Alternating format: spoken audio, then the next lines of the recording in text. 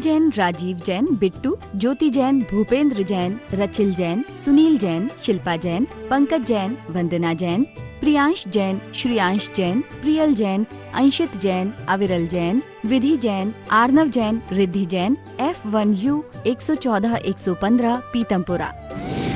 Shri Arun Jain, Shrimati Rekha Jain, DU 28 Pitampura. Shri Suresh Chand Jain, Shrimati Shanti Devi Jain, Shri Sanjay Jain, Shrimati सपना Jain, Shri Naresh Jain, Shrimati Meenu Jain, Namit Jain, Paras Jain, DU 97 Pitampura. Shri Rajesh Jain, चावल वाले, श्रीमती पुष्पा जैन, श्री अनुज जैन, श्रीमती तमन्ना जैन, श्री अमन जैन, श्रीमती मेघा जैन, FD 29 पीतमपुरा। श्रीमती बिरमा देवी जैन, धर्मपत्नी स्वर्गीय Shri Lalchand Jain, Shri Sunil Jain, Shrimati Kusum Jain, Shri Saurabh Jain, Shrimati Sonal Jain, Shri Mayank Jain, Shrimati Divya Jain, master Vihaan Jain, baby Maysha Jain, DU 43 Pitampura. Shri Hemchand Jain परिवार, Shri Pradeep Jain, Shrimati Ruma Jain, Shri Rajat Jain, Shrimati Anshu Jain, master Hridayansh Jain, FU 8 Pitampura. Shri Anil Kumar Jain, Shrimati Rekha Jain, Shri Kartik Jain, Shri Kunal Jain, F1U 137 Pitampura. Shri Santosh Jain, Shri Sanjay Jain, Shrimati Kavita Jain, कुमारी श्रावी जैन, श्री रजत जैन, DU 49 पीतमपुरा। श्री प्रकाश चंद जैन, श्रीमती चंद्रकांता जैन, श्री पंकज जैन, श्रीमती नीलम जैन, श्री सुशांत जैन, श्री दिव्यांश जैन, CU 76 पीतमपुरा। मोक्षमार्गस्य नेतारं भेत्तारं कर्मभूभृतां ज्ञातारं विश्वतत्त्वानां वन्दे तद्गुणलब्धये। मङ्गलं भगवान् वीरो मङ्गलं गौतमो गणी मङ्गलं कुन्दकुन्दार्यो जैन धर्मोस्तु मंगलम। तत्वाश्रुत महान ग्रंथ है, परम उपकारी और कल्याणकारी है। यह आचार्य कुंद के पट्ट शिष्य आचार्य उमा स्वामी द्वारा लिखा गया है। विक्रम की प्रथम शताब्दी के अंत में यह ग्रंथ निबद्ध किया गया है। इसकी जो शैली है वो सूत्रात्मक है, भाषा संस्कृत है। इसमें आचार्य भगवान ने 10 अध्याय में 7 तत्वों का वर्णन किया है। हम सभी लोग प्रथम अध्याय पढ़ रहे थे, जीव अधिकार, जिसमें सम्यक दर्शन का वर्णन चल रहा था। महानुभाव, हम सभी लोग जो भगवान की वाणी हैं उसका सार रूप से तत्वार्थ सूत्र में जानकारी ले रहे हैं। आपको मैंने अनेक टीकाएं दिखाई थी कि इस पर अनेक टीकाएं लिखी जा चुकी हैं। एक टीका और है बाल ब्रह्मचारी प्रद्युम्न जी की, जो सहजन वर्णी के शिष्य रहे और प्रकांड विद्वान अभी भी हैं, और इन्होंने तत्वार्थ सूत्र मोक्ष शास्त्र नाम की एक बहुत सुंदर टीका लिखी है। इसमें विशेषता यह है कि इन्होंने उदाहरण के माध्यमों से और शब्दार्थ और विशेषार्थ आदि भाव करते हुए इसे बहुत सुंदर लिखा है। आप इसे पढ़ेंगे तो आपको बहुत इसमें नॉलेज मिलेगा, ज्ञान मिलेगा। सूत्र नंबर 9 चल रहा था और हम सब लोग इसको पढ़ रहे थे। मति सुता बधि मनः परः केवलानिज ज्ञानम। एक बार बोर्ड के माध्यम से सूत्र को देखते हैं और फिर इसका अपन अर्थ समझते हैं। तो आपने देखा तत्वार्थ सूत्र प्रथम अध्याय, पहले अध्याय का 9वां नंबर सूत्र। मति श्रुता बधि मनः परः केवलानिज ज्ञानम। मति श्रुता बधि मनः परः केवलानिज ज्ञानम। मति श्रुत अवधि मना परः और केवलानिज, यह ज्ञान। मति ज्ञान सबके साथ लगाते जाएंगे। ज्ञान, मति ज्ञान, श्रुत ज्ञान, अवधि ज्ञान, मना परः ज्ञान और केवल ज्ञान। इस प्रकार से इसमें 5 प्रकार के ज्ञान की बातें की। अब अपन इसके बारे में समझते हैं। आत्मा की निज शक्तियाँ की अभिव्यक्तियाँ यहाँ 5 ज्ञान रूप में दी हैं आचार्य भगवान ने। आत्मा एक ज्ञान गुण से सहित है जो जानता है। जानना इसका लक्षण भी है। आत्मा का लक्षण बना हुआ है तो किससे लक्षण बना है? जो जानता देखता है उसे आत्मा कहते हैं। ये आत्मा की अपनी निज शक्ति है। इसे अन्य से प्रकट करना या सोलम पराधीन बनाना है। इसलिए हम ये न कहें कि ये कर्मजन्य ज्ञान हैं तो ये आत्मा के ही ज्ञान हैं, कर्म इसमें निमित्त बनते हैं। अभी अपन मति ज्ञान, श्रुति ज्ञान, अवधि ज्ञान, मनः परय ज्ञान, ये 5 प्रकार के जो ज्ञान पढ़ रहे हैं वो आत्मा की भिन्न भिन्न अवस्थाएं हैं। जैसे जैसे कर्म में आवरण दूर होते जाते हैं और वैसे ही वैसे हमारे अंदर ज्ञान की जो प्रकटता है वह प्रकट होती जाती है, प्रकाश प्रकट होते जाता है, हमारा उघाड़ होते जाता है, आत्मा में वह ज्ञान जो है प्रकट रूप से दिखने लगता है।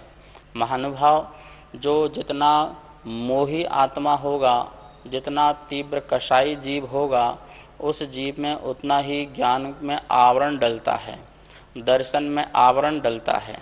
हम जितने मंद कषाई होंगे, अर्थात पूर्ण मंद कषाई के साथ साथ पूर्ण कषाय का अभाव हो जाएगा, तो केवल ज्ञान आदि प्राप्त हो जाएगा।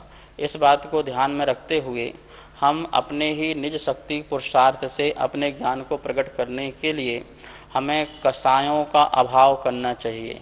क्रोध, मान, माया, लोभ, हमारे अंदर अनंत ज्ञान है, इन कषायों के कारण हमारा ज्ञान और दूषित हो जाता है। जो जितना कषाय को नष्ट करता जाता है उसका उतना ज्ञान बढ़ता जाता है। अनपढ़ आदमी भी शास्त्र लिख देते हैं, जिसने आज तक आ ई नहीं पढ़ा है पर वो अनपढ़ हैं, लेकिन उसने कषायों को मंद करते इतनी उत्कृष्ट साधना की कि वह ज्ञान पूर्ण रूप से प्रकट होने लगा। आपको पता है शिवभूति मुनिराज, जिनको याद भी नहीं होता था, स्मरण शक्ति भी नहीं थी, लेकिन उनको भी केवल ज्ञान की प्राप्ति हो गई। तो वो जो केवल ज्ञान की जो प्राप्ति हुई वह अपने आंतरिक ध्यान और साधना और ज्ञान के प्रभाव से। तो हम कर्मों को दूर करें, कषायों को दूर करें, इसके लिए पुरुषार्थ करना चाहिए। यहाँ पर अपन 5 प्रकार के ज्ञान पढ़ रहे हैं और इसको अपन स्लाइड के माध्यम से देखते हैं। यहाँ पर आपको लिखा है मति ज्ञान, अपन ने कल भी देखा था मति ज्ञान। तो मति ज्ञान कैसे लिखा है? इंद्रिय और मन की सहायता के द्वारा मूर्त अमूर्त पदार्थों को जानना, मूर्त पदार्थों को भी और अमूर्त पदार्थ। मूर्त और अमूर्त पदार्थ क्या होते हैं? जो हमारे इंद्रिय के दृष्टिगोचर होते हैं उन्हें हम मूर्त रूपी पदार्थ कहते हैं, और जो पदार्थ हैं जो इंद्रियों से पकड़ में नहीं आते हैं लेकिन इंद्रियों के माध्यम से हम शास्त्र पढ़ें, कर्ण से गुरुओं की वाणी सुने, तो उससे भी हमें अमूर्त पदार्थ का ज्ञान होता है। जैसे हमें आकाश अमूर्त है ऐसा ज्ञान हो रहा है ना, तो वो इंद्रिय के माध्यम से। काल है ऐसा जो ज्ञान हो रहा है, श्रद्धा हो रही है, तो इंद्रिय और मन की सहायता से जो कुछ भी ज्ञान होता है वो मति ज्ञान कहलाता है।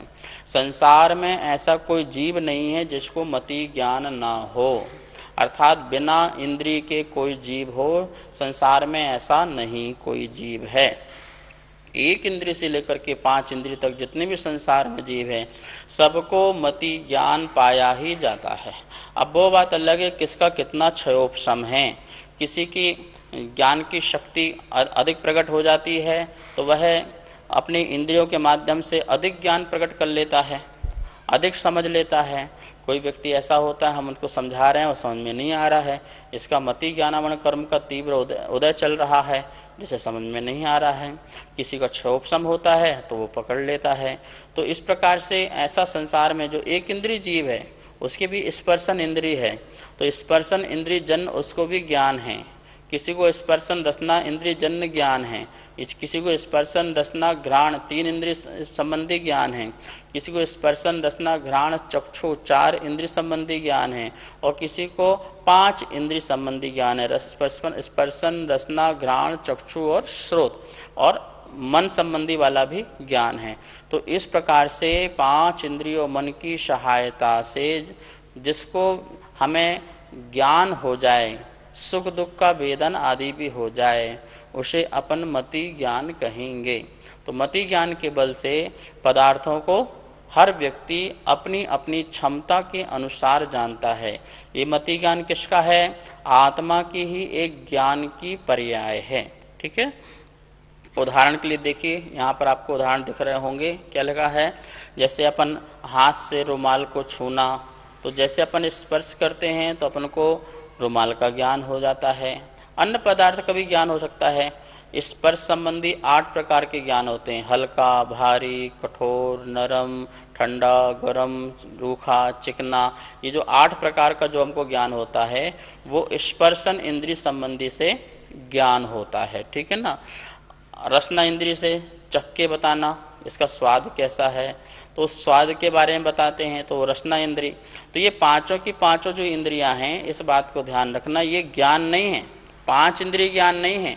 इनके माध्यम से आत्मा को जो जानकारी प्रकट होती है वो ज्ञान है, ठीक है ना। चश्मा ज्ञान नहीं है, पर चश्मा के माध्यम से देखा जाता है, इसलिए आँख भी ज्ञान नहीं है। ये तो जड़ हैं, जड़ की अवस्थाएं हैं, इनकी जो रचना है वो जड़ रूप है। तो जड़ क्या है, चेतन नहीं हो सकता है। चेतन तो आत्मा है जो जानती है। तो इस प्रकार से सूंघ करके, छू करके, चख करके, आँखों से देख करके और कानों से सुन करके जो कुछ भी ज्ञान होता है उसे मति ज्ञान कहते हैं। मतलब कि एक जानने की जो शक्ति है, उस शक्ति का नाम क्या दें आचार्य भगवान, तो मति और ज्ञान। मति मतलब मन, मति मतलब मन, जो मन से जो चीज़ सोची जाए, विचारी जाए, अथवा इंद्रियों के माध्यम से देखी जाए, सुनी जाए, चखी जाए, उसे अपन मति कहते हैं। ऐसा ज्ञान, मति ज्ञान, ठीक है ना। 2 संबंधी हो गए, द्रव इंद्रिय और भाव इंद्रिय। भाव इंद्रिय मतलब आत्मा की ज्ञान की अवस्था, उसे कहेंगे अपन भाव मन। और द्रव इंद्रिय पुद्गल द्रव्य की संरचना, ये पुद्गल द्रव्य है, जो अपना शरीर है वो पुद्गल द्रव्य है। उस पुद्गल द्रव्य की जो संरचना है उसके माध्यम से जो नॉलेज होता है। और भाव इंद्रिय में क्या है, आत्मा का ज्ञान की प्रकटता, उसके माध्यम से, दोनों के मिलने से जो ज्ञान की प्राप्ति होती है वो मति ज्ञान कहलाता है। इस प्रकार से यहाँ पर अपन ने उदाहरण दिया। दूसरा नंबर का ज्ञान कौन सा है, श्रुत ज्ञान। क्या नाम है, श्रुत ज्ञान। अब श्रुत ज्ञान किसे कहते हैं, मति ज्ञान से जाने हुए पदार्थ का अवलंबन कर अन्य पदार्थ का ज्ञान होना श्रुत ज्ञान है। जो अपन ने मति ज्ञान से जाना है उसको और विशेष जानना, उसको और विशेष जानना, ये मेरे लिए हितकारी है, अहितकारी है, अच्छा है, बुरा है। इस प्रकार से जैसे अपन ने मति ज्ञान से पिच्छी को देखा तो ये तो मति ज्ञान हो गया। अब इसका उपयोग कैसे करना है, कैसे रखना है, किस कारण से बनी है, किस लिए बनी है आदि, इसके बारे में विशेष डीप में जाना, उसे कहते हैं श्रुत ज्ञान। क्या कहते हैं उसे, श्रुत ज्ञान। जैसे चींटी चल रही है और सामने पानी आया तो उसको लगा कुछ खतरा है, तो पानी के का जो ज्ञान हुआ, उससे टकराए, तो वो मति ज्ञान। अब उसको बचना है, मुझे वहाँ से हटना है, इस संबंधी जो भी उसका ज्ञान है वो कौन सा ज्ञान है, श्रुत ज्ञान।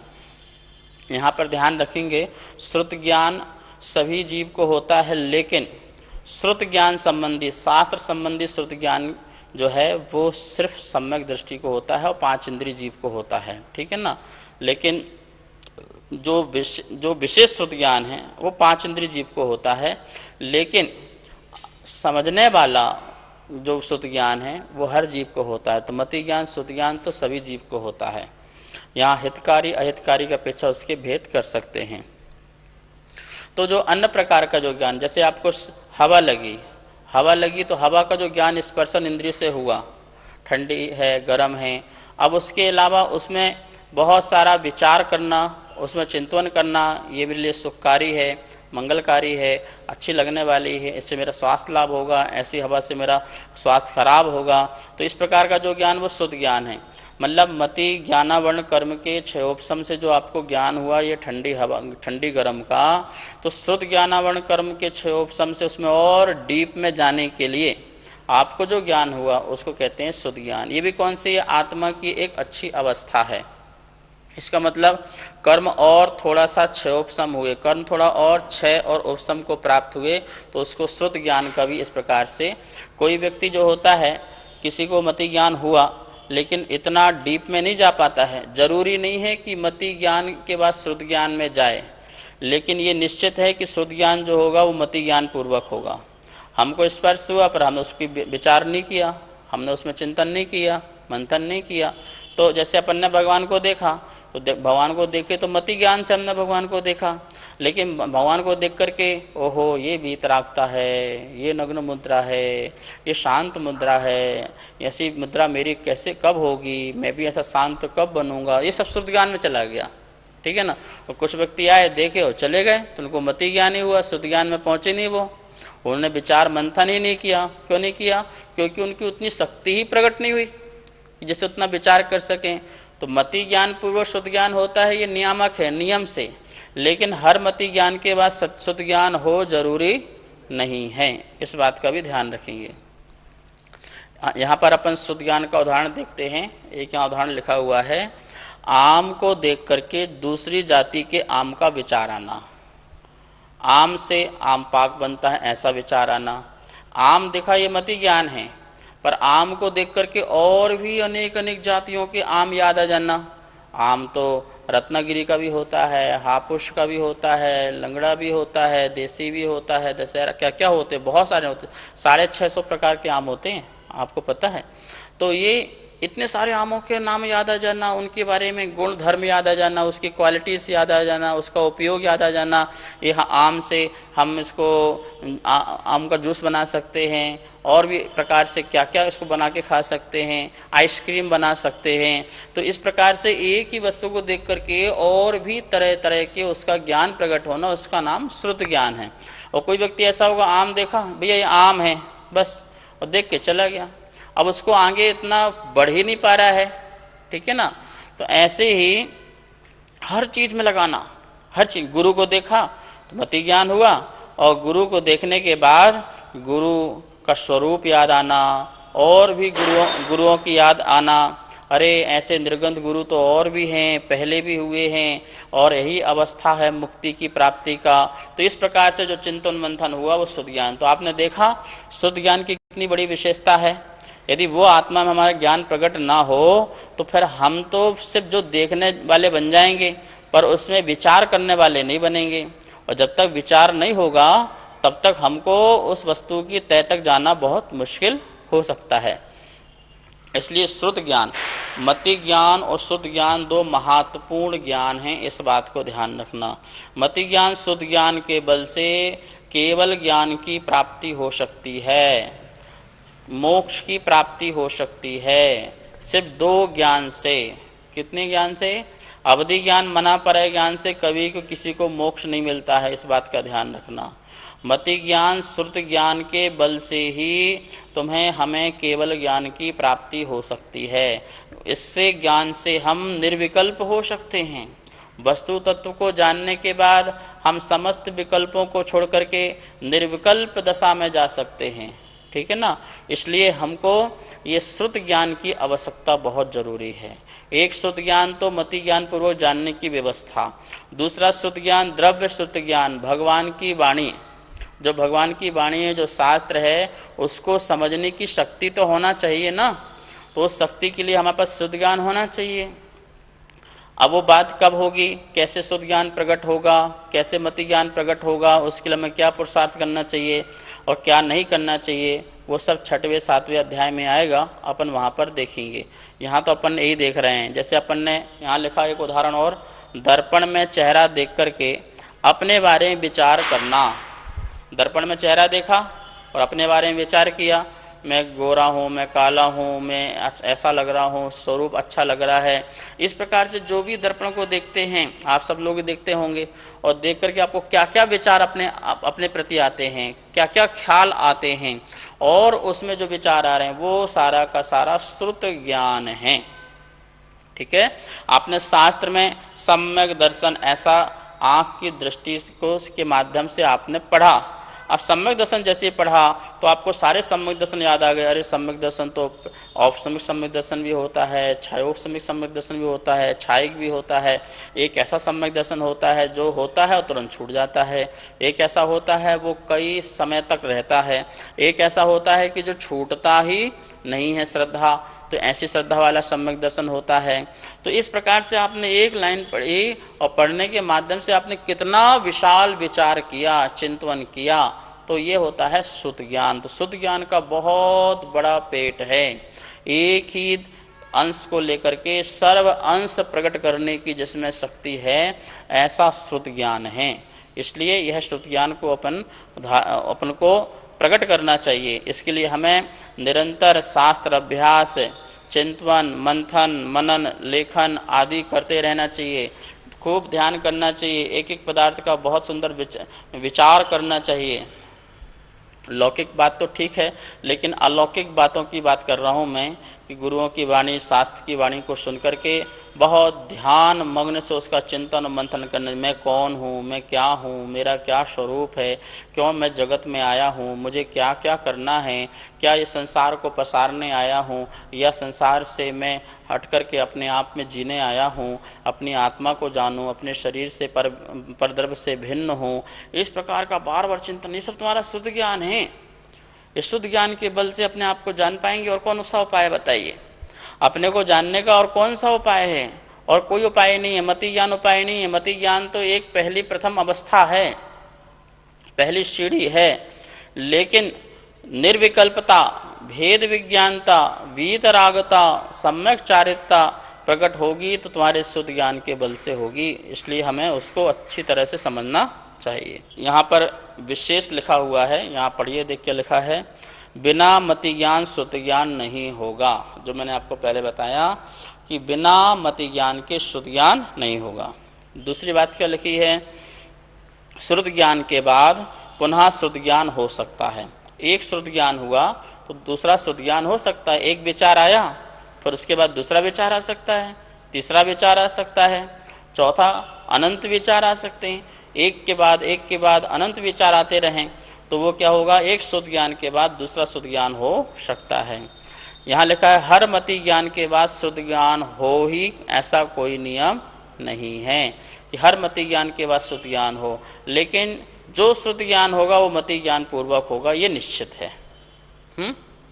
तो इस प्रकार से यहाँ पर अपन ने ये दो ज्ञान पढ़े। आचार्य श्री नमोस्तु, जिसके आँख नाक कान नहीं होते हैं उसको ज्ञान होता है या नहीं होता है?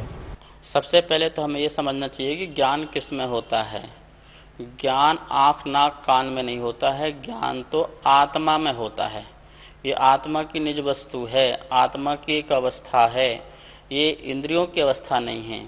इंद्रियां तो बिल्कुल जैसे चश्मे की तरह हैं, जैसे चश्मा लगाने से हमको आँख के माध्यम से दिखता है, ऐसी जो ये आँख भी एक चश्मा है, समझ लो। आँख भी एक खिड़की है जिससे आत्मा देखती और जानती है संसार अवस्था में। अब जिसके आँख नाक कान नहीं है तो सिद्ध भगवान देखिए, अब सिद्ध भगवान तो शरीर नहीं है, वो तो अशरीरी है, तो वो जानते नहीं जानते, वो तो संपूर्ण जानते हैं, पूरा लोकालोक जानते हैं। तो उनके जानने में आ रहा है, हर वस्तु का स्वाद ज्ञान में आ रहा है। स्वाद लेते नहीं है पर स्वाद का ज्ञान तो हो सकता है ना। सूंघते नहीं है पर सूंघने का जो कार्य है, ज्ञान है, उनको तो उसका ज्ञान हो सकता है ना। इसका किसकी खुशबू है, किसकी बदबू है।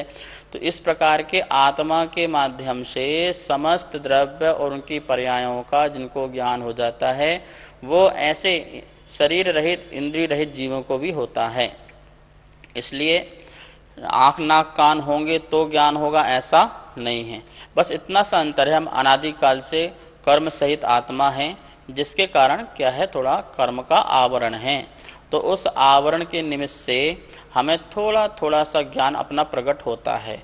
हम अपनी शक्ति को आजमाएं, शक्ति को देखें तो वह ज्ञान पूर्ण रूप से केवल ज्ञान के रूप में प्रकट हो सकता है। अब अरहंत भगवान हैं, वो आँख से कान से आदि उनको कोई मतलब नहीं है, फिर भी उनको संपूर्ण ज्ञान हो जाता है। इसलिए अपनी वस्तु निज वस्तु है ज्ञान, उसके लिए किसी इंद्रियों की जरूरत नहीं है। नमोस्तु आचार्य श्री, भाव शुद्ध ज्ञान और द्रव्य शुद्ध ज्ञान किसे कहते हैं? भाव शुद्ध ज्ञान और द्रव्य शुद्ध ज्ञान, आत्मा की जो निर्मल अवस्था है जानने की, उसे अपन भाव शुद्ध ज्ञान कहते हैं। द्रव्य शुद्ध ज्ञान भगवान की जो वाणी है, वह भगवान की जो वाणी द्वासांग रूप में जो है समस्त वाणी, वह द्रव्य शुद्ध है। शास्त्र जो अपन शास्त्र पढ़ते हैं, शास्त्र में लिखा हुआ उसको पढ़ के अपन जो समझते हैं, तो शास्त्र के माध्यम से या गुरु के मुख से सुन करके समझना, तो तो गुरु के मुख से भी द्रव्य सूत्र समझा जा सकता है। तो ये सब द्रव्य मतलब जो दूसरे के माध्यम से ज्ञान हो वह द्रव्य सूत्र है, और जो अपनी आत्मा की विशुद्धि से ही आत्मा में प्रकट हो जाए, समस्त द्वासांग प्रकट हो जाए, नॉलेज प्रकट हो जाए, उसे कहते हैं भाव सूत्र। इस द्रव्य सूत्र और भाव सूत्र का यही महत्व है। इसके माध्यम से हम अपनी आत्मा को जान सकें पर से भिन्न, पर द्रव्य से अलग होकर के अपनी आत्मा को समझ सकें, ये उद्देश्य है। इस आत्मा को कैसे परमात्मा बनाना है, यही हमारा परम लक्ष्य है। तो इस प्रकार से आत्मा की ज्ञान की अवस्था जो है उसे भावश्रुत कहेंगे, जिसमें द्वासांग रूप ज्ञान अपनी आत्मा में झलक रहा है। और जो भगवान की वाणी को गणधर आदि द्वारा लिखा गया है और आचार्यों द्वारा लिखा गया है, उस शास्त्र के माध्यम से अपने को जानना आदि वो अपना द्रव्य शुद्ध कहलाता है। तो ये ज्ञान की महत्वता जो है, एक इंद्री, दो इंद्री, चार इंद्री और पांच इंद्री सभी जीवों में पाया जाता है।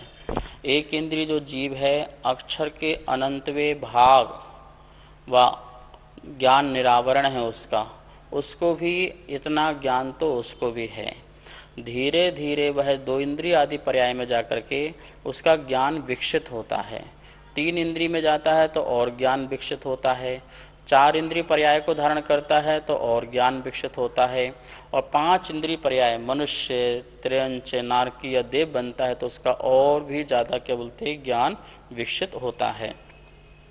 जितनी जितनी इंद्रियां बढ़ती जाएंगी उसका उतना उतना ज्ञान विकसित होते जाता है। हमें कभी भी जो पांच इंद्रिय आदि जो जीव हैं उनका कभी हनन नहीं करना, क्योंकि बहुत बड़े पुरुषार्थ करके आए हैं। वैसे तो किसी भी जीव को मारना नहीं है, हमें इस बात का ध्यान रखना है, लेकिन पांच इंद्रिय जीव की हमारे द्वारा हत्या होती है तो उसका महापाप होता है। क्यों? किसी ने इतना बड़ा ज्ञान प्रकट किया और आपने उसको मारा तो संक्लेश परिणाम होकर फिर वो एक इंद्रिय में चला जाएगा, जड़ रूप हो जाएगा, ज्ञान शून्य जैसा जीव हो जाएगा वो, क्योंकि वो अपने आत्मा परमात्मा को समझ नहीं पाता है।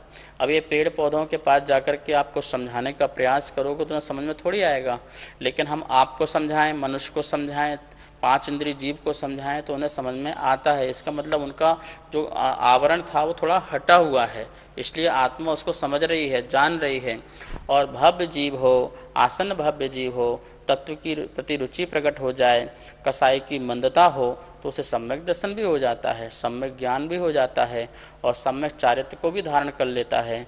इस प्रकार से यह ज्ञान की बहुत महत्ता है और इस शुद्ध ज्ञान और मति ज्ञान को अपन ने समझा। अब अपन कल अवधि ज्ञान आदि को समझेंगे। अब हम सब लोग जिनवाणी स्तुति करेंगे। जावाणी के ज्ञान से सूझे लोकालोक, सो वाणी मस्तक धरूं सदा देत हो धोक। हे जिनवाणी भारती तो हे जपो दिन रेन, जो तेरा सरना धरे सो पावे सुख चैन। सभी को बहुत बहुत मंगल आशीर्वाद। सुनीत जैन, नीरज जैन, विभोर जैन, इति जैन, सर्वांग जैन, चारू जैन, गौरव जैन, दर्श जैन, अनिकांत जैन, कोकिला जैन, कनिका जैन, गौरव जैन, अर्घ्य जैन, नितिका जैन, मयूर जैन, पर्व जैन, अदिति जैन, सामवेद, तिलका देवी जैन, मनोज जैन, उषा जैन, सुनित जैन, नीरज जैन, अनिकांत जैन, कोकिला जैन, राजीव जैन, वंदना जैन, राजीव जैन, वंदना जैन, वरुण जैन, पूजा जैन, वाणी जैन, श्रीमती कमलेश जैन, धर्मपत्नी स्वर्गीय श्री श्रीपाल जैन, परिवार QU 149C, पीतमपुरा, दिल्ली। श्रीमती आशा जैन, धर्मपत्नी श्री सुखमाल चंद जैन, चावल वाले। श्री रवि जैन, श्रीमती डिम्पल जैन, श्री अमित जैन, श्रीमती मीतू जैन, श्रेय जैन, अर्पित जैन, कनिका जैन, आदित्य जैन, FU 71, पीतमपुरा, दिल्ली। श्रीमती केला जैन, श्री जगदीश राय जैन, श्रीमती उषा जैन, श्री कुलभूषण जैन, श्रीमती प्रीति जैन, श्री संजय जैन, मोनाल जैन, हाद्विक जैन, साक्षी जैन, DU 5, पीतमपुरा, दिल्ली। श्री संजय जैन, श्रीमती रचना जैन, श्री सक्षम जैन, श्री उत्कृष्ट जैन, श्री दीपक जैन, श्रीमती स्वाति जैन, उन्नति जैन, आगम जैन, F1U1, पीतमपुरा।